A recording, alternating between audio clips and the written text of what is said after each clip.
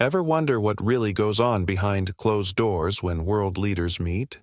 Not just the press conferences and photo ops, but the real nitty-gritty, the stuff that shapes global events in ways we might never fully grasp. We're constantly bombarded with headlines about international relations, political maneuvering, and the ever-present tension in regions like the Middle East. But the official story, the one we get fed through news channels and government statements, is often just the tip of the iceberg. There's a whole world of back-channel diplomacy, strategic alliances, and personal relationships that play a huge role in how things unfold. Think about it. You're scrolling through your phone, seeing the latest update on the situation in Gaza, or a new development in the ongoing saga with Iran's nuclear program. You might feel a sense of detachment, like it's happening a world away and has little to do with your everyday life. But these events have ripple effects. They influence everything from gas prices at the pump to the political climate in your own country. And the decisions that lead to these events? They're often made in secret, in clandestine meetings and whispered conversations between powerful individuals. What if I told you there have been secret talks, off-the-record discussions between Donald Trump and Benjamin Netanyahu, focusing specifically on Iran and Gaza? Not just your run-of-the-mill diplomatic exchanges, but deeply strategic conversations shaping policy and potentially altering the course of history. What was discussed? What compromises were made? And what impact did these discussions have on the ground, both in the Middle East and here at home? This isn't about taking sides or pushing a particular political agenda. It's about peeling back the layers of secrecy and getting a glimpse into the inner workings of power. It's about understanding the complexities of international relations and the often unseen forces that shape our world. It's about asking the tough questions and demanding transparency from those who lead us. We're going to delve into the specifics of these alleged secret talks, exploring the context in which they occurred, the potential motivations of the key players involved, and the possible consequences of their actions. We'll examine the available evidence, weigh the different perspectives, and try to piece together a more complete picture of what really happened. This isn't just about political gossip or sensational headlines. It's about understanding the forces that shape our world and holding those in power accountable. It's about recognizing that even seemingly distant events can have a profound impact on our lives. So, buckle up, because we're about to embark on a journey into the shadows, where the fate of nations is often decided. L'histoire du Proche-Orient. C'est un peu comme une saga familiale compliquée, pleine de rancunes, d'alliances improbables et de secrets bien gardés. On ne peut pas comprendre les tractations entre Trump et Netanyahou sans remonter un peu le fil de l'histoire. Pensez à la déclaration Balfour en 1917 qui a jeté les bases d'un foyer national juif en Palestine, ou encore à la crise de Suez en 1956 qui a redéfini les équilibres de pouvoir dans la région. Ces événements et bien d'autres ont façonné le paysage politique actuel et ont contribué à alimenter les tensions persistantes entre Israël et ses voisins. L'influence des grandes puissances, comme les États-Unis, a toujours été un facteur déterminant et les relations personnelles entre les dirigeants ont souvent joué un rôle crucial dans la prise de décision. Ces dernières décennies ont été marquées par une série de tentatives de paix, souvent infructueuses, et par une escalade de la violence, notamment entre Israël et le Hamas dans la bande de Gaza. L'Iran, de son côté, est devenu un acteur de plus en plus influent, soutenant des groupes armés dans la région et développant un programme nucléaire controversé. Dans ce contexte géopolitique complexe, les relations entre les États-Unis et Israël ont toujours été un élément clé. L'engagement américain envers la sécurité d'Israël est une constante de la politique étrangère américaine. Mais les modalités de cet engagement ont varié en fonction des administrations et des priorités politiques. Trump, avec son approche souvent non conventionnelle de la diplomatie, a apporté un nouveau souffle à cette relation, en reconnaissant Jérusalem comme capitale d'Israël et en retirant les États-Unis de l'accord sur le nucléaire iranien. Ces décisions ont été saluées par Netanyahou, mais elles ont également suscité de vives critiques de la part de la communauté internationale et des Palestiniens. Il est donc essentiel de comprendre ce contexte historique pour saisir la portée des éventuelles discussions secrètes entre les deux hommes.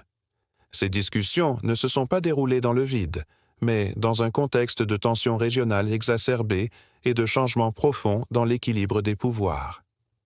Considérez, par exemple, l'incidence des printemps arabes sur la région. Ces soulèvements populaires ont bouleversé les régimes en place dans plusieurs pays, créant un vide politique qui a été exploité par des groupes extrémistes comme Daesh. L'émergence de Daesh a encore compliqué la situation, obligeant les différents acteurs régionaux à revoir leurs alliances et leurs stratégies. Dans ce contexte de chaos et d'incertitude, la relation entre Israël et les États-Unis est devenue encore plus importante, et les discussions entre Trump et Netanyahu ont pris une dimension encore plus cruciale. En somme, pour bien comprendre les enjeux des discussions secrètes entre Trump et Netanyahu, il faut avoir une bonne connaissance de l'histoire de la région, des relations complexes entre les différents acteurs et des priorités politiques des deux hommes. C'est en comprenant ce contexte que l'on peut commencer à démêler le vrai du faux et à évaluer l'impact de ces discussions sur la situation actuelle. Reflecting on this journey so far, we've kinda navigated a winding road, haven't we? Not just a straight shot from A to B, but more like a scenic route through the backwoods, full of unexpected turns and breathtaking vistas. We've poked around in the historical underbrush, kicked up some dust on the geopolitical playground, and maybe even stirred the pot a little, eh? It's like we've been building a puzzle, piece by piece, each section a uniquely shaped fragment, contributing to a larger, more complex picture. And while we haven't explicitly spelled out the solution, wouldn't want to spoil the surprise, would we? You can probably start to see the image coming into focus. The outlines are becoming clearer. The colors are starting to pop, and the overall shape is beginning to take form. Think of it like this. We've been exploring the roots of a rather gnarled old tree. We've examined the soil composition, the way the water flows, and the various critters that call it home. We haven't just listed the facts, mind you, but rather tried to understand the intricate web of connections that allow this tree to thrive, despite the storms it's weathered and the challenges it's faced. And now, as we look up towards the canopy, we can start to appreciate the full extent of its reach and the shade it provides.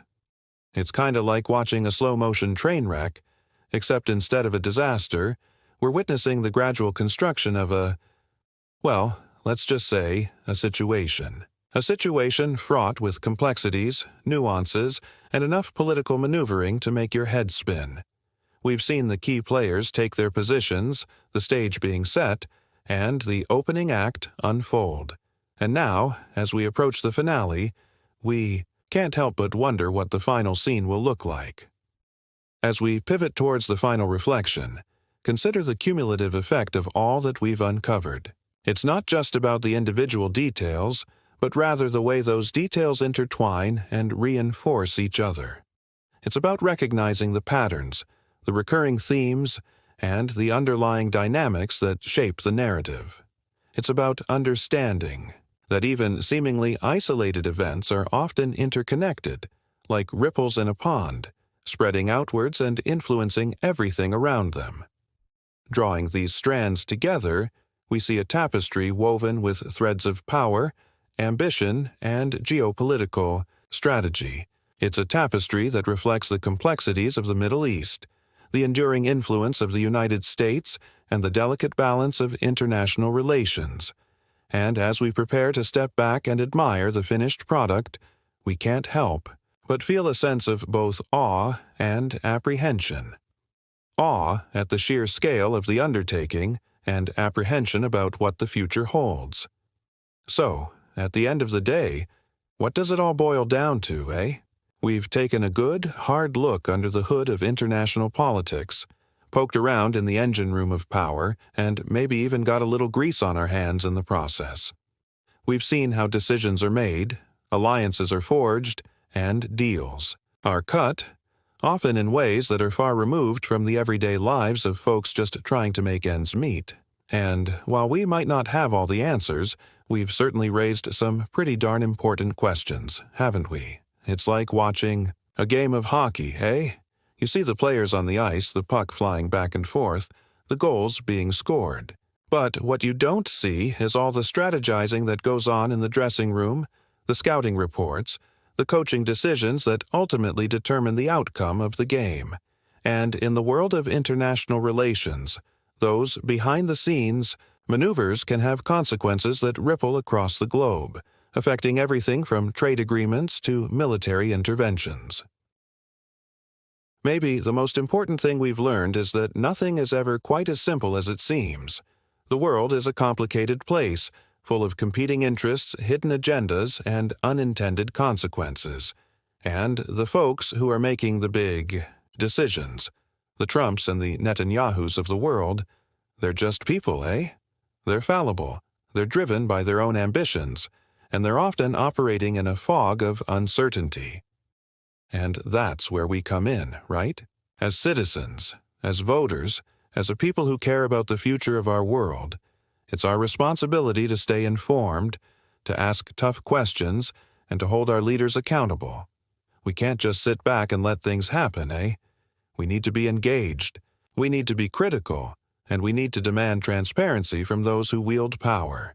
Because at the end of the day, it's our world too, and we all have a stake in what happens. So, what's the takeaway, eh? It's not about taking sides, it's not about pointing fingers, and it's certainly not about getting bogged down in conspiracy theories. It's about understanding the complexities of the world around us, about recognizing the forces that are shaping our lives, and about taking responsibility for our own future. It's about staying curious, staying engaged, and never stop asking questions.